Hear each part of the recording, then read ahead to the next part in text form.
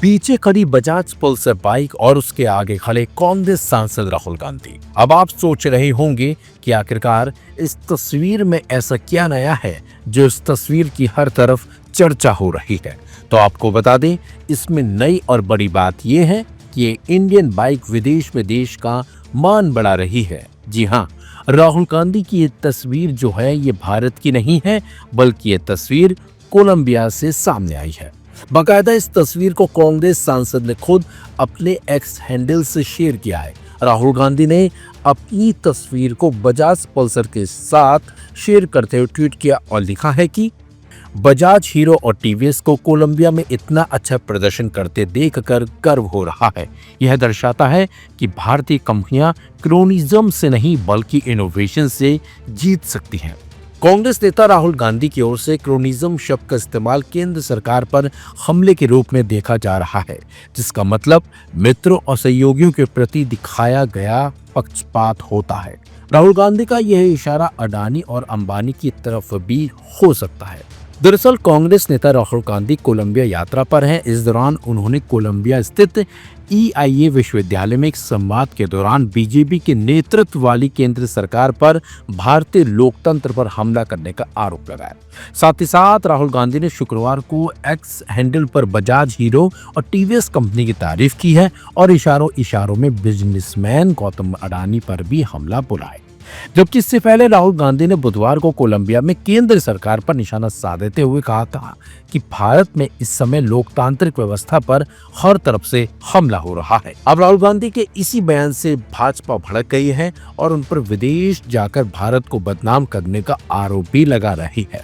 Colombia के EIA university में एक संवाद कार्यक्रम में कांग्रेस सांसद राहुल गांधी ने कहा, भारत में कई धर्म, परंपराएं और भाषाएं हैं। एक लोकतांत्रिक व्यवस्था सभी के लिए जगह प्रदान करती है, लेकिन इस समय लोकतांत्रिक व्यवस्था पर हर तरफ से हमला हो रहा है। भारत दुनिया को बहुत कुछ दे सकता है और वह बेहद आशावादी है, लेकिन साथ ही कुछ कमियां भी हैं, कुछ जोखिम हैं जिनसे भारत को पार पाना होगा। सबसे बड़ा खतरा लोकतंत्र पर हो रहा हमला है।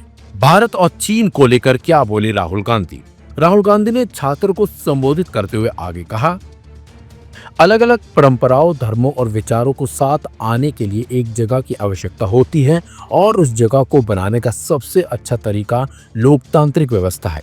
वर्तमान में भारत में लोकतांत्रिक व्यवस्था पर बड़ा हमला हो रहा है। लगभग 16-17 अलग अलग भाषाएं और अलग अलग धर्म हैं। इन विभिन्न परंपराओं को पनपने देना, उन्हें अपनी अभिव्यक्ति की जगह देना भारत के लिए बहुत महत्वपूर्ण है। हम वह नहीं कर सकते जो चीन करता है, लोगों को दबाना और एक सत्तावादी व्यवस्था चलाना। मुझे चीन के बारे में तो नहीं पता, लेकिन मुझे नहीं लगता कि भारत खुद को दुनिया का नेतृत्व करने वाला मानता है। भारत चीन का पड़ोसी और अमेरिका का घनिष्ठ साझेदार है। हम ठीक उस जगह पर बैठे हैं जहां दोनों ताकतें आपस में टकरा रही हैं। आर्थिक विकास के बावजूद हम नौकरियां नहीं दे पा रहे। राहुल गांधी ने कहा कि भारत में आर्थिक विकास के बावजूद हम नौकरियां देने में असमर्थ हैं, क्योंकि हमारी अर्थव्यवस्था सर्विस सेक्टर पर निर्भर है और हम मैन्युफैक्चरिंग में असमर्थ हैं।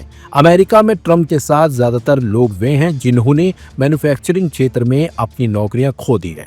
चीन ने एक गैर लोकतांत्रिक वातावरण में उत्पादन का प्रदर्शन किया है। हमारे लिए चैलेंज लोकतांत्रिक व्यवस्था के भीतर मैन्युफैक्चरिंग का एक ऐसा मॉडल विकसित करने का है जो चीन को टक्कर दे सके। राहुल गांधी की इन टिप्पणियों पर भाजपा ने पलटवार किया है। भाजपा के प्रवक्ता शहजाद पूनावाला ने सोशल मीडिया प्लेटफॉर्म एक्स पर एक पोस्ट में कहा है कि राहुल गांधी एक बार फिर प्रोपेगेंडा लीडर की तरह व्यवहार कर रहे हैं। उन्होंने लिखा कि राहुल गांधी एक बार फिर LOP लीडर ऑफ प्रोपेगेंडा की तरह व्यवहार कर रहे हैं। विदेश जाकर भारतीय लोकतंत्र पर हमला करते हैं। आखिरकार वह भारत से लड़ना चाहते हैं। कभी अमेरिका और ब्रिटेन से हमारे मामलों में हस्तक्षेप करने की मांग करते हैं और अब ये है।